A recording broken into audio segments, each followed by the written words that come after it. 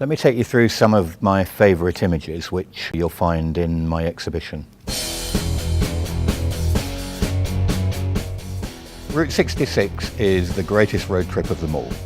In its heyday, it went from Chicago in the east to Los Angeles in the west, taking in 8 states. Today, if you do a journey along Route 66, you still capture the spirit of the route. There are long stretches where you'll travel the route as it was, but there are many more stretches where you have to keep detouring on and off.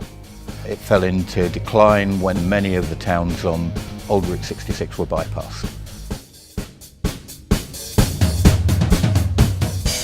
One of the greatest things about Route 66 today is the people that you encounter when you make the journey. The owner of the hotel, the Munger Moss Motel, was a lady called Ramona Lehman. And I went on to the next landmark and met a guy called Gary Turner. Gary is another of Route 66 great characters. I came across the family of Route 66 today. They make the journey today the pleasure that it really is. The Blue Swallow Motel is one of the greatest places along Route 66. It's in Tucumcari, New Mexico. I've stayed at the Blue Swallow Motel many times.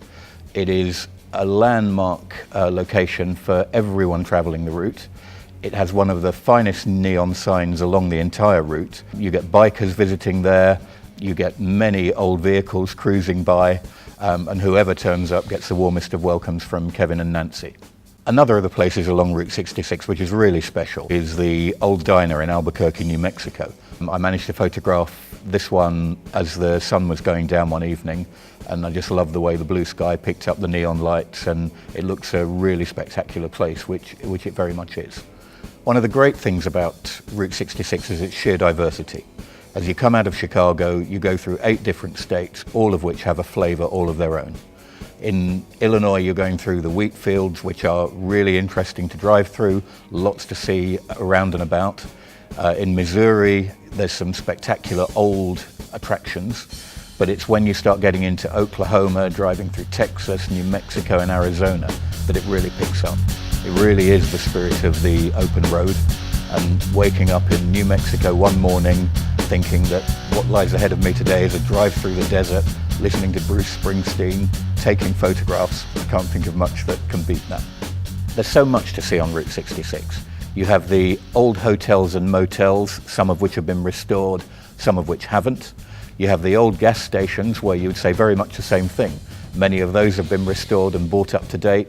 Others are remnants of what they used to be. You have the old vehicles that scatter throughout the route. There are these yards of old cars from the 40s and 50s, and they're just a joy to wander around.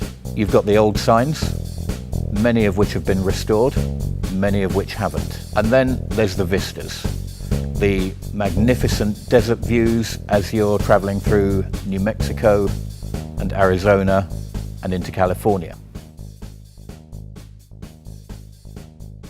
One of the great moments for me along the route was one evening when Gary Turner invited me back to his gas station to watch the sun go down. And I took a number of shots, including him with his bicycle, as the sun went down over Missouri one February evening. Route 66 is sheer rock and roll. A couple of bits of quirk about music along Route 66.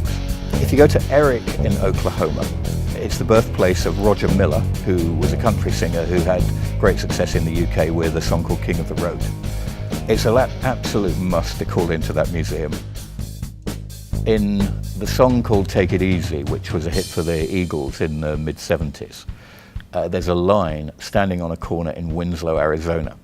So Winslow have taken on this line in the song and they've made it the major attraction in the town. So you now have a big Route 66 shield in front of a bronze statue of a man standing on the corner. You have a 2-dimensional building behind it featuring a man driving by in a flatbed Ford, which was also featured in the lyrics of the song. Absolutely amazing sight to see. I like to think of myself as an ambassador for Route 66. Most people that I know and most people that I come across haven't travelled the route and don't have any plans to go there. I have taken a group of photographers across the route.